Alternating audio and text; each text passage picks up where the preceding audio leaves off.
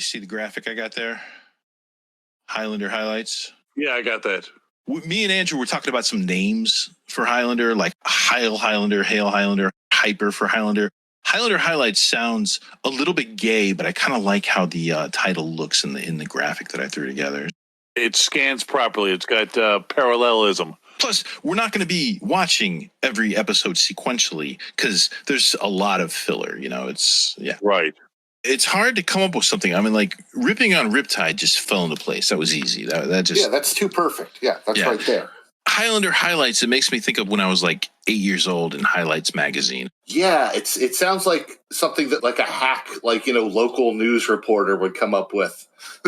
It looks so good in the graphic. It looks very good. It's a pretty awesome looking graphic. But it doesn't grab anything, I've got lightning behind it, like the quickening and shit. Highlander, the Sarah Connor Chronicles. What are some other good Colin movies? There was that one starred Richard Grieco. Yeah. God. Poor Grieco. God, he gets such a bad rap. Oh, it was The Journey, Absolution. Am I going to have to scrap my awesome graphic that I've already made? There's a lot of colons we could use. We could throw some colons around.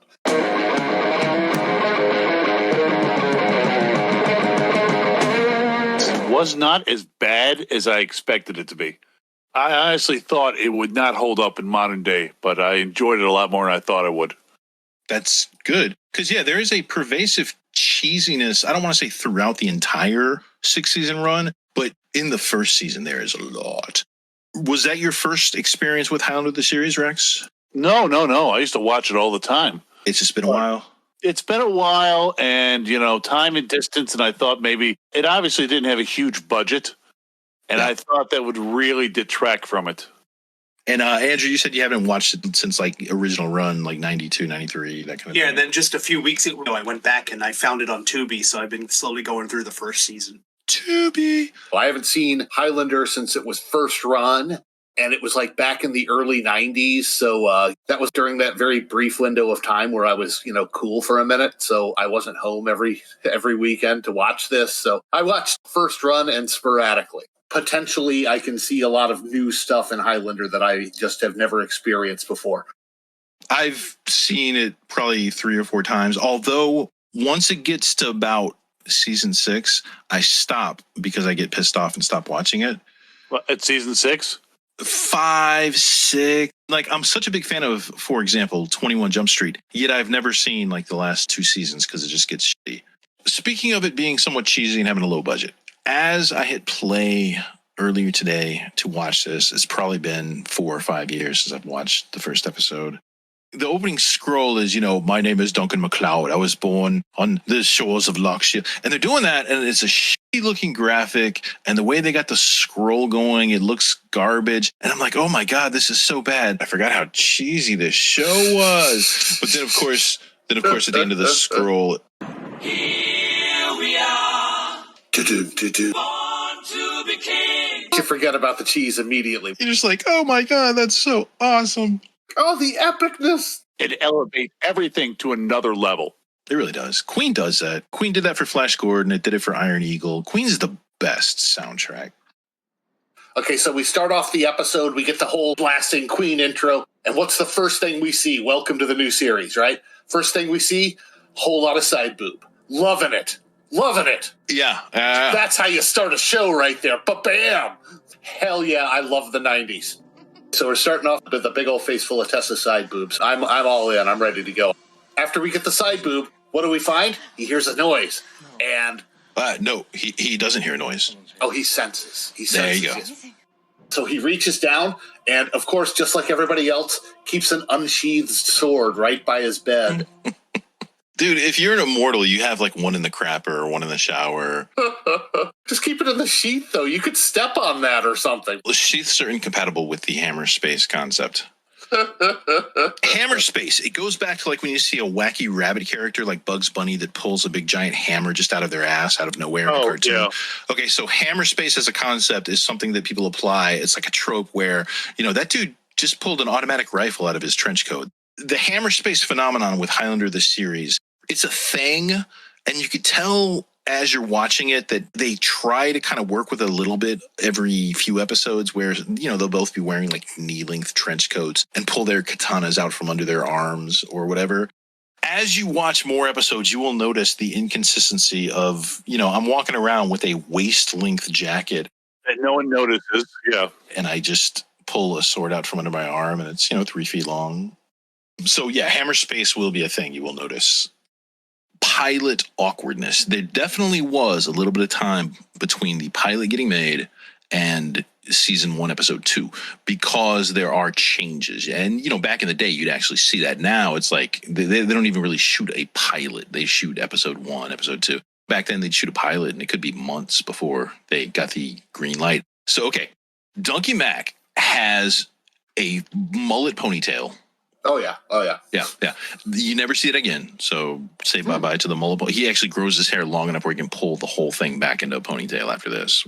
Damn it. I was enjoying the mullet ponytail. I was hoping that would stick around for a while. It looked like a dude with short hair with like a clip-on the back. It didn't look good. This was back when the mullet was actually in style. This is the days of Achy Breaky Heart. Yeah, you're right. Billy Ray Cyrus, and they must have been shooting during that small window when everyone thought the mullet was a cool thing. Like when MacGyver season 3 was awesome. Yes. Also, I'm pretty sure this is the only time you ever see Donkey Mac with an earring. He's got the 1980s style left earring because, if you wear it on your right, you're gay. You're gay, yeah. Yeah. I forgot that was a thing at the time. Well, I just picture somebody like 15 or 20 or 25 listening to this and hearing, wait, if you have an earring in your right ear, that means you're gay? Yes. Yeah. In the 1980s, when this came out, if you wore an earring on your right ear, that meant you were gay. You'd think once an immortal pulled it out, it would regenerate, right? Yeah. Yeah. So we better not see any ear holes. So he's creeping around the house while Richie is breaking in. Well, the future Richie. We don't know he's Richie yet. His break-in technique is actually kind of good with the glass cutter and the tappy tap, and reaches in and alligator clips the contacts. Yeah, where did he get that? It seems like he'd been in that store before or had a little bit of advanced knowledge on the alarms. It seemed like he was kind of a pro thief. I thought that was a good thing. He's not just some street punk. And little did he know upon breaking in that he would be confronted by a crazy man with a sword. Not just a crazy man with a sword, but when Duncan gets up out of bed and he's creeping around with his sword, he's doing it shirtless, and he is just so fucking oily. It was just about dripping off of him. He looked like a pro wrestler or something. That was Richie's worst nightmare. Just, oh God, just no. If cell phones were around back then, he would have dialed 911 himself. Richie's all like, what's going on, man? Jesus. I'll pay for the window. It's over, okay? It's over when I cut off your head. Cut off my head? You don't think that's a little extreme for petty theft? There's someone...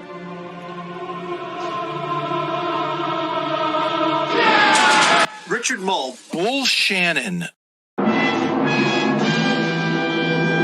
Bull Shannon, yes, comes leaping in with his Quiet Riot mask on. Oh, I guess it is, isn't it? Yeah. You got to have a theme because there's a lot of immortals, and so everybody needs their own little theme. And he's mask guy. It's impossible to beat the Kurgan. No one could be as a better villain than him. What's the actor's name? Clancy Brown.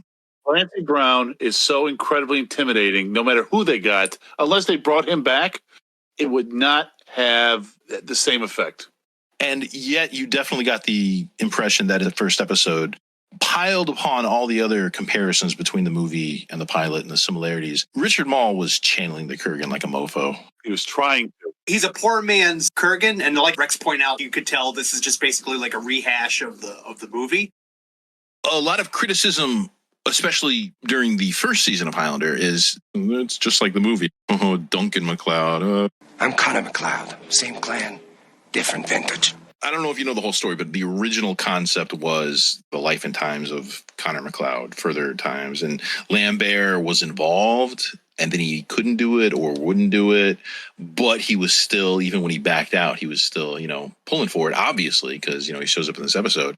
I think he cares about Highlander. It's the biggest thing he's ever done. It's his legacy, and so he doesn't want to fuck it up. So good work on that part. And You can really tell from the script of this that, yeah, they wrote it with him in mind and then did some hasty revisions to insert a new main character. When they hired Adrian Paul, they hired him to be Connor McLeod. And from what I read, interview, etc., Adrian Paul's reporting of said facts, he actually was not really 100% on board with playing Connor McLeod and actually kind of came up with the idea and kind of foisted it on the writers and producers like, hey, why don't we make him a Klansman of 75 years later, different name? So the changes were not there from the start, obviously. And then even after they lost Lambert, they still planned on going through with the Connor McLeod. And then here comes Adrian Paul being like, nah, I'm Dunky Mac. I'm Duncan.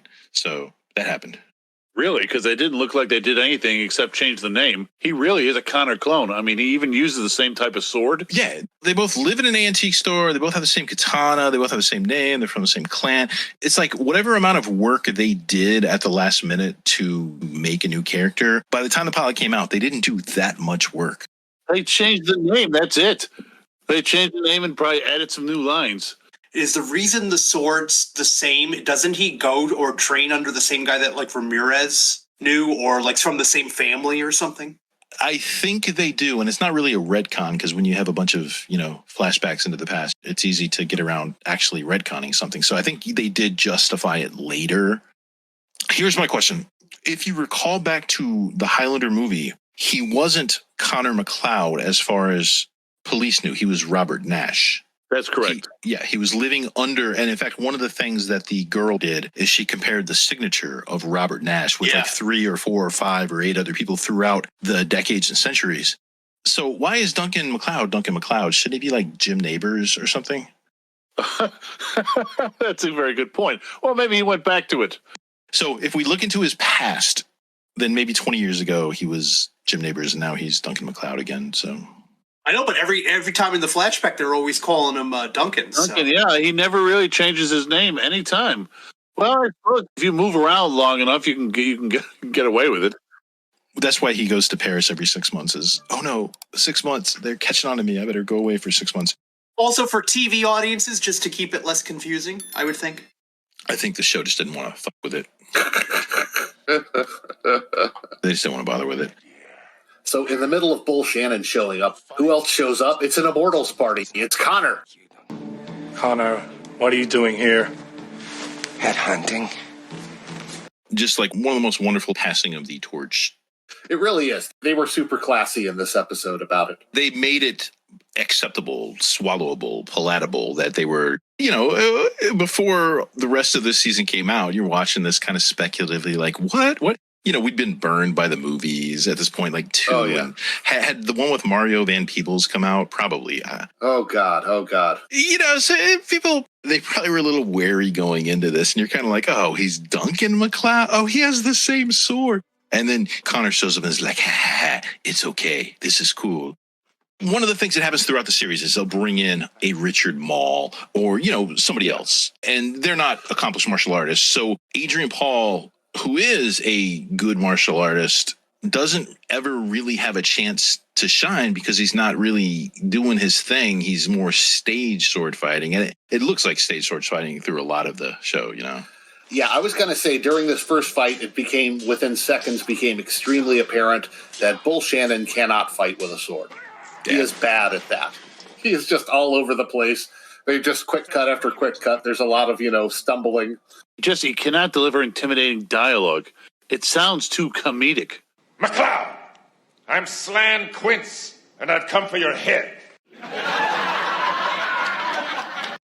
Prior to this, I had only seen him playing Bull Shannon. He just does not have an intimidating delivery. It sounds too, jaunty, too fake almost. We haven't been properly introduced, but you'll get to know me, my dear.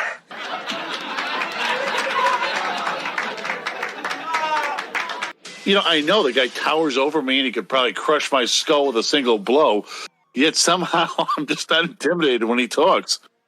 After the big battle, Dunky's got to go and bail Richie out of jail. When he walks into the police station and goes to interrogate Richie and get all tough guy in his face, he would have been 100% clear that Richie is an immortal at that point. He should have been. Yeah, he should have sensed Richie.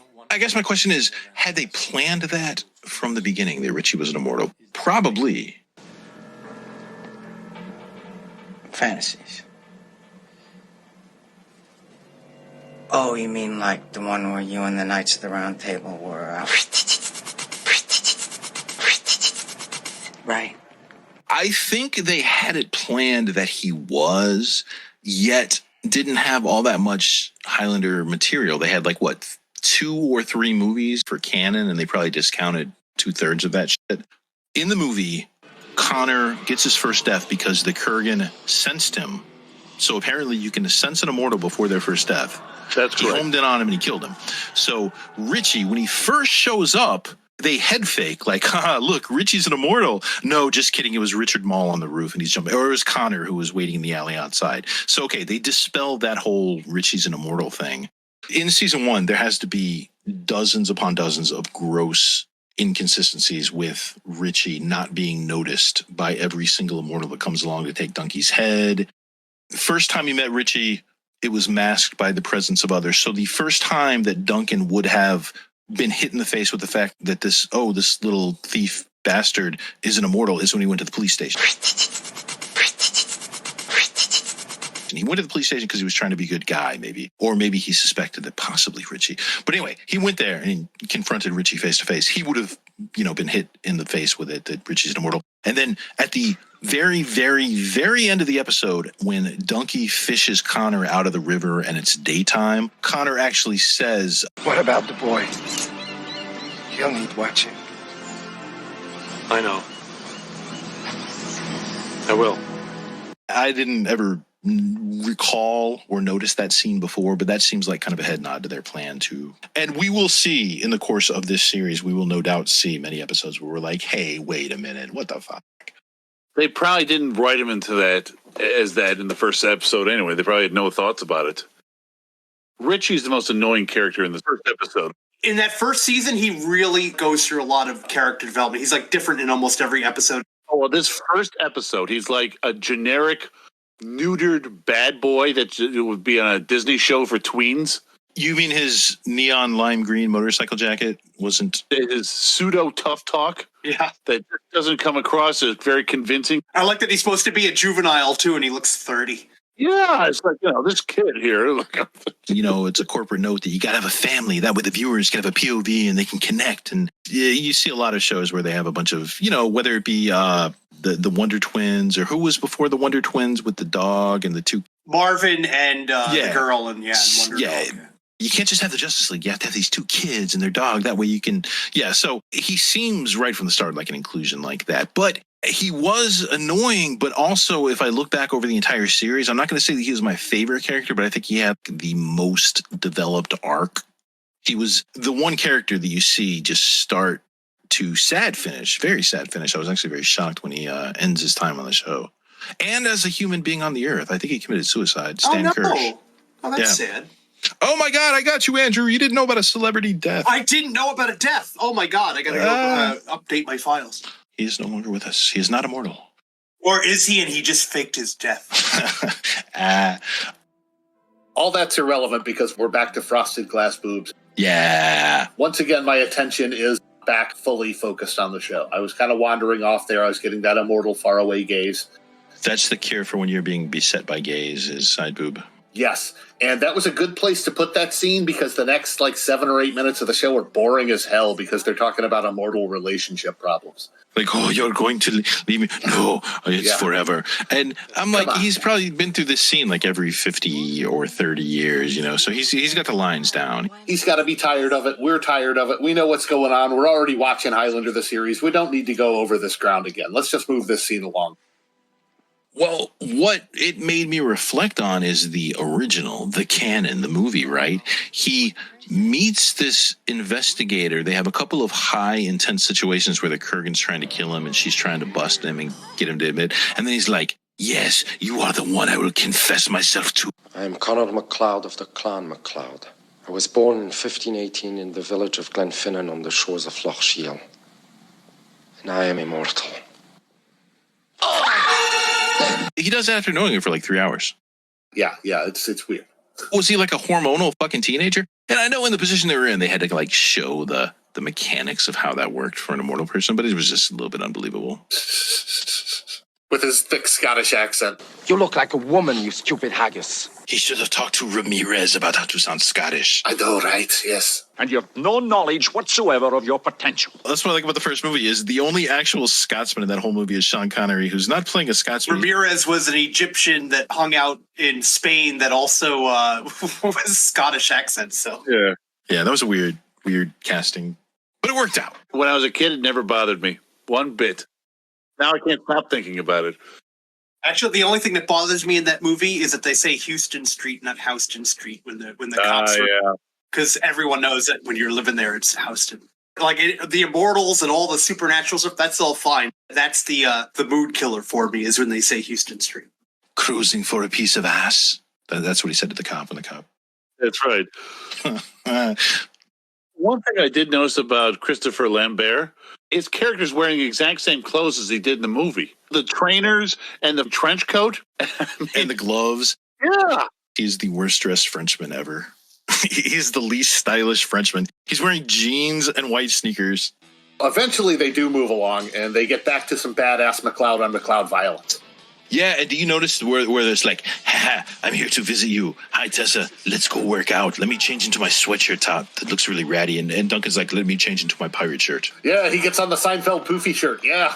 This is going to be the new look for the 90s. You're going to be the first pirate. But I don't want to be a pirate. Yeah, every time. It's like when it's time to work out, he puts on his pirate shirt. You think Connor would learn a thing or two about how to be an immortal? You wonder if every time he puts on that shirt, he gets the faraway look and thinks about when he was a pirate? Probably.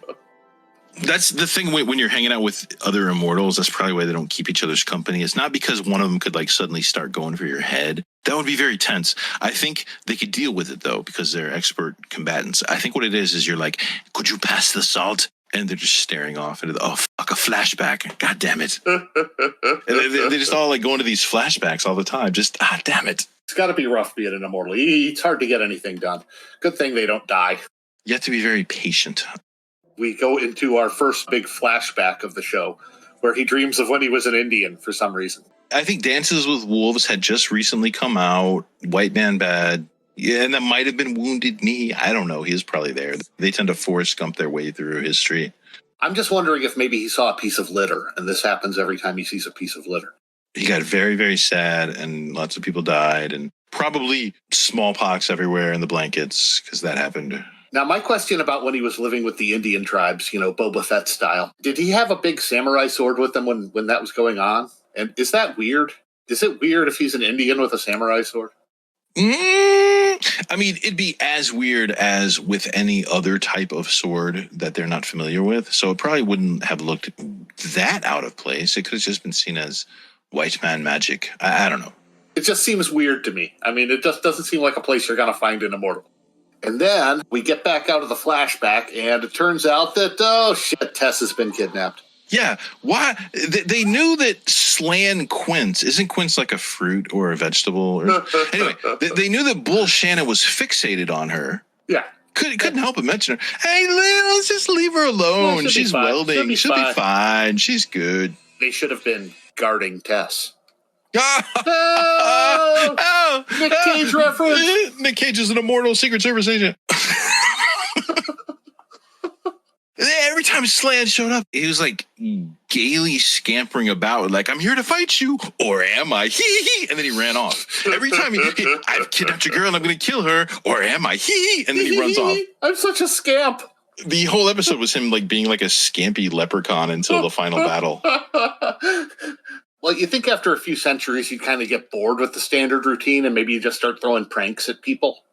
Try to spice it up and become an immortal trickster. Yeah. Ooh, that sounds cool. Ooh, that does sound cool, actually. The power sander to the face, I love, because when they were first facing off and he's got the power sander, Duncan just reaches over. They have a little bit more silly gay sword fighting, and he scampers off. That's all for now, kids.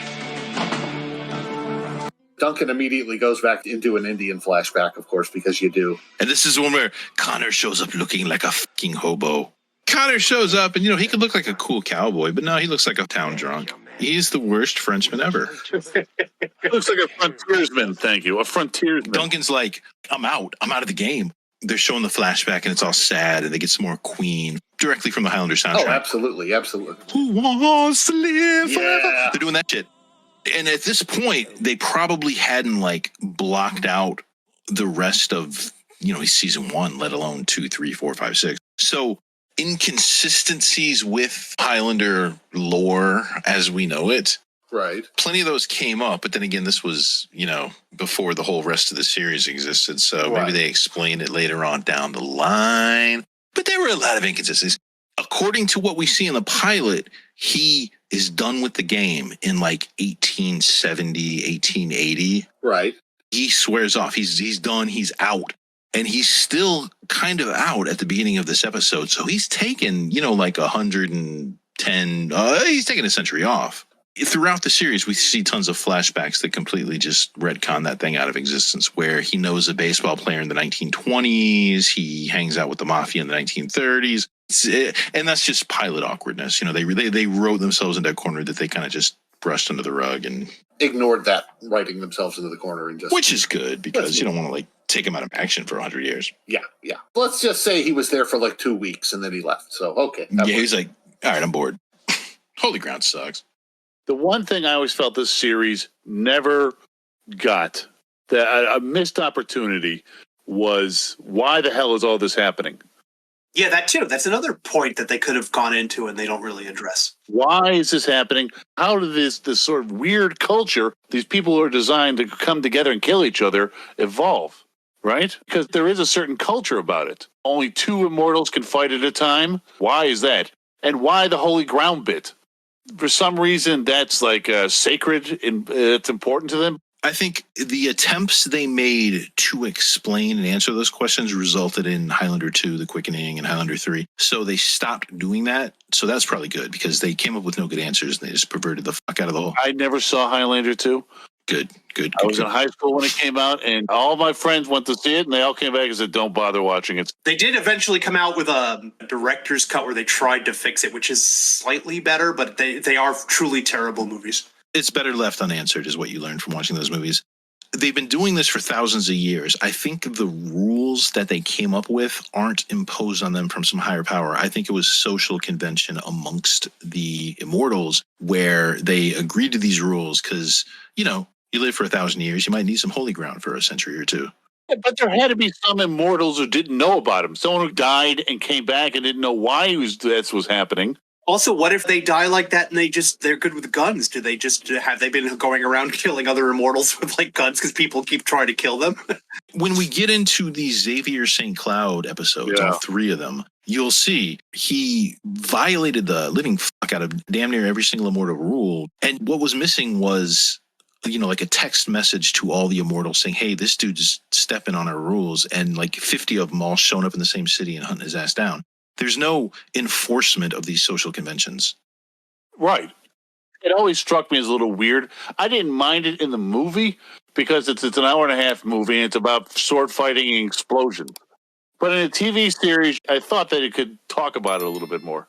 Especially after 6 seasons. This is something that they could go into hey, let's come up with a 5-episode arc that explains this thing and pay it off, I think the end of Xavier St. Cloud should have been 50 immortals show up and surround him and hack him to pieces, and some good guys, some bad guys, and they all kind of shake hands and go their own separate ways. And, that's what happens when you fuck around with the immortal rules. Now, at this point in the show, the plan is let's leave Tess alone again and go back to practicing our sword fights in the same exact clothes we were wearing yesterday. And this time, Richie's sneaking up on him. Richie comes creeping up the window. That looked like he was like a pervy, weird kind of... I think he was just excited to be inducted into the world of magic and adventure or whatever. It was a big warehouse, and he might have been far enough away that they didn't sense another immortal. I'm thinking Richie was there to steal their boombox. Do you think they were actually playing Queen music? They were playing Queen music, yeah. I thought it was just soundtrack. Well, yeah, but there was probably a boombox over there because, hey, we're immortals, let's rock this shit, yeah. Do immortals ever accidentally get caught in a double flashback? One goes in and then one remembers the other time they saw another immortal in a flashback and the 2 of them are just locked in a loop? You don't even need another immortal there. You can actually start flashing back, and then during that flashback, he went into a really intense, deep flashback, and you could go down the rabbit hole that way. Yeah, I wonder how many immortals get lost through Inception events. I wonder if the feeling of another mortal coming near you is enough to break you out of a flashback, because otherwise, if not, if those flashbacks are as deep and intense and detailed as they make it seem like, I'd creep around like from 50 yards off or 100 yards off and stalk an immortal and wait for them to get that faraway look and then just like charge and be like, yeah, you're distracted by the past, and then kill them. Remember when this happened? You sure don't. That would be my thing. Pirate shirt, sweater, chit-chatting. Tessa left to her own devices. Yeah, everyone's accounted for but Tessa. Pretty much. They just could not give a shit. What's wrong? And he could have jumped Slan. He could have jumped through another skylight and been like, Tessa. But no, he called and left a message. Slan called. What did he say? He'll be on Soldier's Bridge tonight. And so then they come to the big final fight. The big confrontation. Donkey's going, and Connor's like, no, this is my fight. So I'm going to do the Hollywood trope knockout on Immortal that heals really well. Yeah, that was a bit much. What's the properties of this healing power? Yeah, actually, because they developed it over time. So, like, there was an episode where a pirate, Duncan found himself on a boat in an HMS Bounty situation. Right, where his shirt is appropriate. Yeah, he had the pirate shirt. And they sent the captain off to an island in a rowboat instead of killing him. But the captain was an immortal. And so the immortal hated Duncan and wanted revenge because he was on the island for like a century. And he would live out his life and get weaker and weaker and then starve to death because there was nothing to eat. There was no vegetation or anything. Right. And he'd die and then wake up fully healed and then starve again. So over the course of a week, he would just degrade and then die. So it's not like immortals didn't have to eat. So it's weird. It's like the healing doesn't come into effect until you die, maybe? I don't know. Yeah, I mean, that could be it. I think if Duncan would have taken out his earring, he still would have had the ear hole until he died. Yes. Yeah. And then he got the whole quickening. Yeah. So he died at some point and lost his ear hole between the pilot and the beginning of the series. Yeah.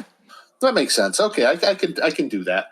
I don't know if I ever recall seeing them being like tanky, like they could take a shitload of damage. Not really, no. They're just people. You could put them down. You can think of a lot of times when they get shot and drop, and then, they're 20-second pause, and then they're back up again. Right. Which is called the Batman technique, because Michael Keaton pioneered that shit. So big battle on the bridge. Connor's like, let me take this one. Good work, Connor.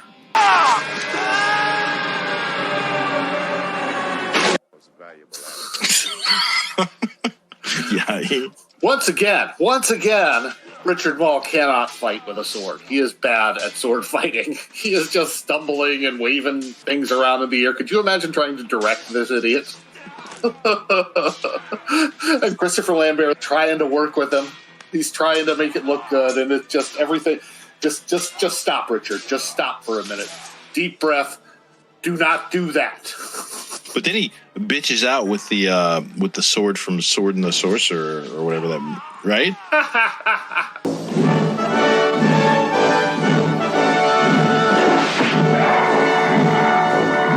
Well, he had his little spring-loaded knife in the pommel. That probably wasn't how the fight was supposed to end in the script, but they're like, screw it, we can't work with Richard anymore. But the best part during the whole fight was Richie creeping up on the fight. Clearly filmed on another day at another time. He was nowhere near any of these other actors. Oh man, these guys should all take it. And he just creeps up, and then he starts making reaction faces like the partner from Samurai Cop. They keep cutting back to him, and it was funny every time. And then, when I thought the battle couldn't get any more entertaining, Connor takes the knife to the chest, goes off the side of the bridge, and what do we get? A dummy! My favorite thing! I love a dummy! Oh, my God, it was a great dummy, too. Oh, you could see the limbs kind of awkward. If you see that in real life, you want to catch that dummy, because... Oh, yeah. Free dummy. Anytime I'm watching anything at all, ever, I'm always on dummy watch. Because when I spot a dummy, it's like I win a prize or something. It fooled me because it showed me exactly what I expected to see. I saw blue jeans and white sneakers and was just like, it's Connor. My favorite thing about dummies is that before the dummy shot, they have to have like a couple of the grips, just like dressing the dummy and comparing it to what Lambert's wearing. And okay, does that look good? If you watch the end credits, they actually have somebody called a dummy wrangler. I'm just thrilled. This is how you do a final battle right here. Donkey throws down, kills him. Quick shot of Richie looking shocked. Has this big old lightning. They have a cool quickening scene because they pull back for that really long, far away shot of the bridge, and it's all lightning. Yeah, that was awesome. Okay, so here's my thought. Adrian Paul has had to do variations of that scene, and it's not like Voltron where they cut back to the stock footage. Right. He has to do his own separate, individualized, detailed quickening for every single episode. At least one per episode. Yeah. So he's done like 600 of those just standing there, like freaking out epileptically. Do you think if he knew that he'd have to do that like 483 more times over the next few years, has any other actor had to go to those lengths for their craft, I wonder? Maybe he has mild epilepsy and they just like flash some strobe lights in his face. Well, I think if you listen really carefully, you can hear him say, I smell toast. So he finally defeats his nemesis. Yeah, he defeats the Kurgan blade. And doesn't he hear Richie making some kind of facial reaction? He does. He senses the facial reaction. And he turns around and looks at him and is like... Yes, and that's how they end the battle. This epic battle with Immortals, how do they end it? With a second dummy! A second dummy goes off the bridge! Yes! Well, the dummy wrangler was there. He had the truck. They had to dress two dummies and have them sitting there waiting. They had to put one in a pirate shirt. And, you know, they don't really show Richie after that scene. So is he like, all right, I guess I'll go home and play Nintendo or, you know, whatever. Well, no, he did show up because he was once again creeping around the bushes when the dummies turned back into people. Oh, was he there? Once again, creeping and watching from the sidelines. I did like when Duncan pulled Connor out of the water and he had to pull the knife out of his chest before Connor could wake up. That was a cool little touch. I liked that. Yeah, so he's probably laying on the bottom like a punctured dummy. I wonder how many Immortals are down there if you go looking. Yeah, just go down there with like a scuba gear and just start pulling swords and daggers out of people. How many will swim to the surface?